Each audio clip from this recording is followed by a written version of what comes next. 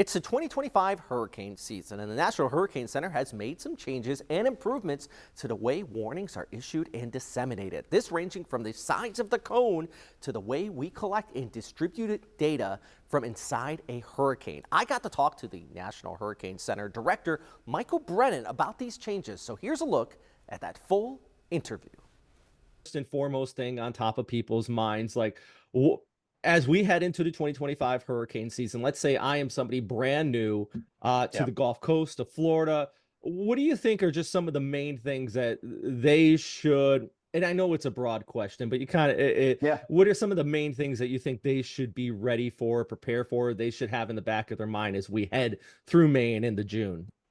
Yeah, for somebody who's moving to a hurricane-prone area the first time, you really have to start out by understanding what your risk is. Do you live in an area where you're susceptible to storm surge? That could be on the coast of Duval County. It could be along the St. Johns River. Or do you live inland and freshwater flooding from heavy rainfall is your biggest threat? Everybody's susceptible to wind impacts and tornado impacts. There's also the threat of rip currents along the coast. So it's really about understanding what the risk is where you live and developing a plan to keep you and your family safe based on that risk. So the most important thing is to find out if you live in a storm surge evacuation zone, because if you do, you could be asked by local officials to leave your home. You need to have a plan for how you're going to leave, how you're going to go, where you're going to go, how you're going to get there. And it's important to remind people that you don't always have to drive hundreds of miles or out of the state of Florida to get to a safe place in advance of a hurricane. You really just need to drive out of that storm surge evacuation zone and get to a safe place, a shelter, the home of a friend or loved one, where you can safely ride out the storm. And that might only mean driving 10 or 20 miles inland away from that storm surge threat to get to a safe place. And the other thing is, again, identify your home structural risks. Are you in a mobile home where you might be asked to leave even for a tropical storm? Are you in a flood-prone area that might need to be evacuated near a creek or a stream? And then finally, you want to think about supply kit. You want to have a disaster supply kit handy, not just for tropical storms and hurricanes, but for any other emergency. Multiple days of food, water, batteries, medicine, charging devices for your phone, and just ways that your equipment and supplies that you're going to need to be self-sufficient for several days in the aftermath of a storm where you might not have power. And to kind of carry off of what you were just talking about, as far as getting prepared, especially if a storm is right on your doorstep.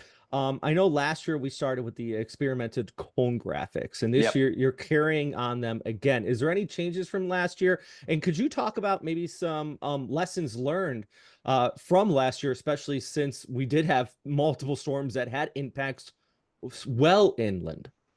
Yeah, you're right. The experimental cone, this is an example of it from Milton last year. We rolled that out in August, so it was around during Helene and Milton in particular, two of the more impactful hurricanes we had, both of which made landfall in Florida. So the experimental cone shows the extent of tropical storm and hurricane watches and warnings over inland areas. And you can see that in this case, almost the entire Florida peninsula was under some type of tropical storm or hurricane watch or warning.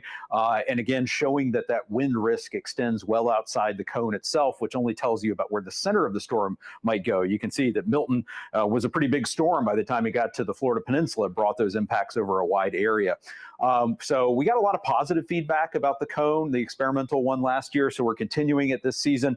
The only real substantial change is this area where we have a hurricane watch and a tropical storm warning in effect. We added a little more clear legend about what that means, this pink and blue hatching area.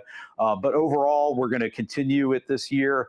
Have it available on hurricanes.gov, continue to gather comments and feedback and decide how to make any additional changes or whether to make it operational after the 2025 hurricane season. And I guess to even carry and build on top of that, because another thing that I noticed in our press release here was that the cone is getting smaller. So can you just touch on, I think most people understand that means, the forecast is getting more accurate, but can you just touch on kind of what goes into the cone of air and to kind of build even more on top of that with a smaller cone? What do you think are some of the forecasts? Because I've seen this personally, the forecast challenges that go with a smaller cone of air and communicating to the broader public. Yeah, so the cone really represents the likely path of the center of the storm. So this is the forecast for Milton here across the Gulf and across Florida and in the Western Atlantic. And these dots represent our official forecast of where we expect the center to be. And then the cone tells you where the center will be about 2/3 of the time. But it's based on our track forecast errors over the previous 5 years. So we had a pretty successful year for forecasting track in 2024. We set record low errors on average. So as those numbers come into the calculation and we drop off the earlier year, the cone is going to be about 5% smaller. So really not a huge change, probably wouldn't even be really perceptible to most people. But it does indicate that on average, track forecast errors are a lot smaller than they were, say 20 years ago. If you look back at a cone from 2005, it's going to be much, much bigger. It'd probably cover most of the state of Florida. But that does create a messaging challenge in the fact that, people need to realize that the cone just tells you where the center is going to be, likely. It doesn't tell you where the impacts are going to be. So the cone is just sort of a broad scale look at where the center of the tropical storm or hurricane is forecast or is likely to be. The watches and warnings and the other information for wind and storm surge, flooding, tornadoes tell you about the hazards. It would be really difficult, if not impossible, to indicate all that hazard information on a single graphic. So that's why we have different graphics that convey those different hazards and what those risks are.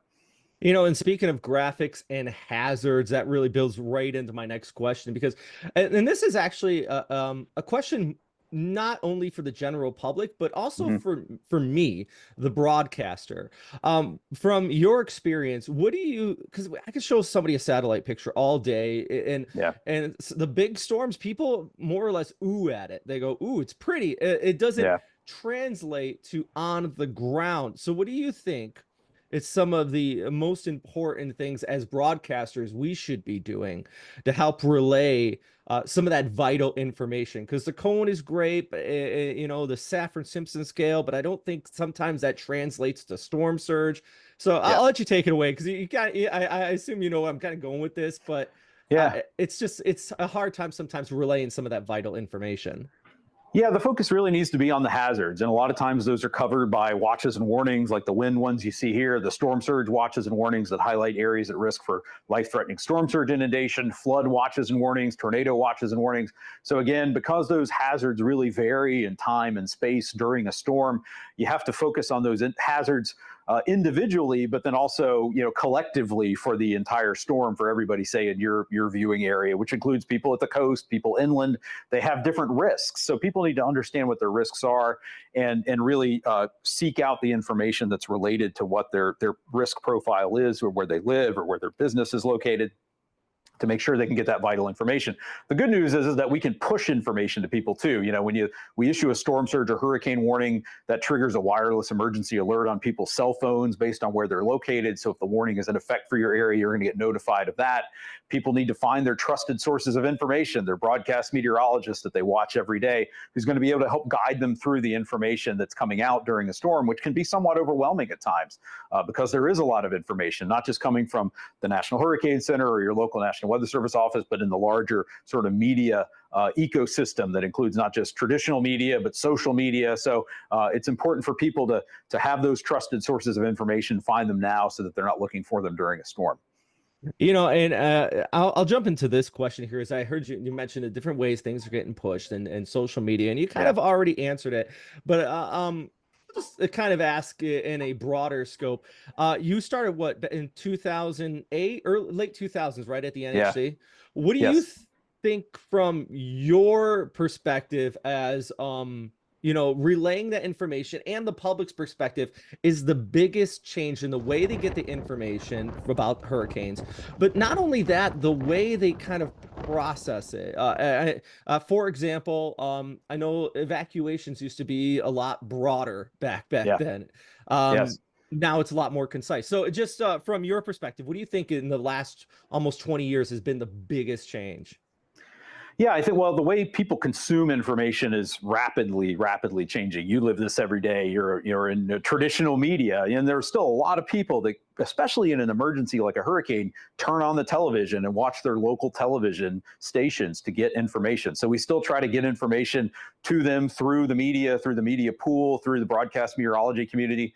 But we also know people consume information on their phone. Some people don't ever watch television anymore. They have apps, they have social media. So we're trying to push information out through places like live streams and other social media platforms, short videos, to again, not we're not going to get we're not going to be able to provide someone every piece of information they need about a hurricane in a 1-minute reel that we're going to post on Instagram, but we can at least raise awareness and then encourage them to go seek out information through some other channel by coming to our website, looking to their local media, connecting with their local government officials. So it's a way to try to reach people where they are and then try to get to point them to places where they can get more comprehensive information.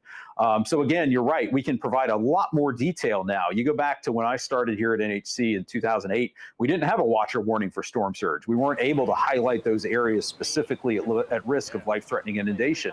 Now we can. And as you mentioned, evacuation zones have become a lot more refined. It's not just a whole big chunk of a county. Now it might just be one small piece of a barrier island or an area along the St. Johns River. So as information has gotten more precise, in some ways it's become a little more difficult for people to consume and understand. So we just have to keep making sure that we can get our voice out there with the authoritative information, and that across sort of the weather and hurricane enterprise, we amplify those sources of authoritative information, whether it's coming from us in the National Weather Service or from state and local government officials that are telling people where to evacuate and how to get ready for an event. Ah, thank you. And one other question I had here, and is almost on the line of improving technology, is Yeah. that nowadays we have what? We have drones coming in off of planes. We have the sail drone out there. Yeah. How are these new different recon and areas of technology improving your forecast? Yeah, a lot of it goes back to the data from the Hurricane Hunter aircraft. So, for example, you can look, here's a radar picture from one of the NOAA hurricane hunters flying through the storm out over the ocean where we don't have radar data. All of the ground-based radars are on land. So this is getting us data here that's giving us a view of what the storm looks like from the inside for our forecasters to look at. But this radar data, the precipitations, the structure, the wind field, is all getting into the forecast models that help us predict the track and the intensity of a storm, which then directly plays into where the storm surge is going to be, the heavy rainfall, the wind. So all the aircraft reconnaissance data that come from the hurricane hunters going into the models improve those track and intensity forecasts by about 10 to 20%. And that's really been a big change in recent years. And it's also helped us to improve our forecast of rapidly intensifying storms. And if you look back at, say the storms from 2024, we had Helene and Milton in particular that both underwent rapid intensification before landfall. We're out and now actually able to make some of those more aggressive intensity forecasts that we wouldn't have been able to make, say, in 2008 or 9. We just wouldn't have had the confidence to forecast a storm to strengthen by 30 or 40 miles per hour in a 24-hour period. Now we are able to issue those more aggressive forecasts, which get us into the right expectation for setting the level of what types of hazards people might have to be dealing with the storm. Wow, thank you, Michael. One last question. Is if there's anything I haven't may have mentioned here for you that you think that heading into the 2025 hurricane season, that people absolutely should be at least aware of as we get ready for this upcoming tropical year? Well, that it doesn't take a hurricane or a major hurricane affecting your area directly to cause substantial life-threatening impacts, especially from freshwater flooding, from heavy rainfall. Has almost nothing to do with how strong a storm is from a wind perspective. A tropical depression, a weak tropical storm can produce life-threatening flooding. And that's been the biggest killer in the United States in tropical storms and hurricanes over the last 10 or so years. It just matters how hard it rains and how long it rains in a particular location. And the other thing I'll touch on is just post-storm safety. We've seen a substantial number of post-storm fatalities in recent years in tropical storms and hurricanes, especially after major hurricanes. When you have long duration power outages, you think about the aftermath of a hurricane in Florida in August or September with no power. It's going to be really hot. People aren't going to have air conditioning. People succumb to heart attacks, other medical issues, just accidents that occur from cleaning up or driving around in an environment after a storm. We lose a lot of people to car accidents. So just a reminder that you don't want to just survive the storm itself. You need to also survive the aftermath, and don't come back to evacuated areas until you've been told it's safe to do so by your local officials. And that's a good point, because we always seem like we always prepare for that first wave, and Right. then no one really thinks about the weeks afterwards. Yeah. So really good point there, Mike. Well, thank you very much for taking the time to talk with me here, Dr. Brennan from the National Hurricane Center. I know you got a busy day, so I'll let you get about it. But yeah, thank you so much for taking and answering a couple of my questions. I really appreciate it. Great to talk to you. Thanks. Thanks.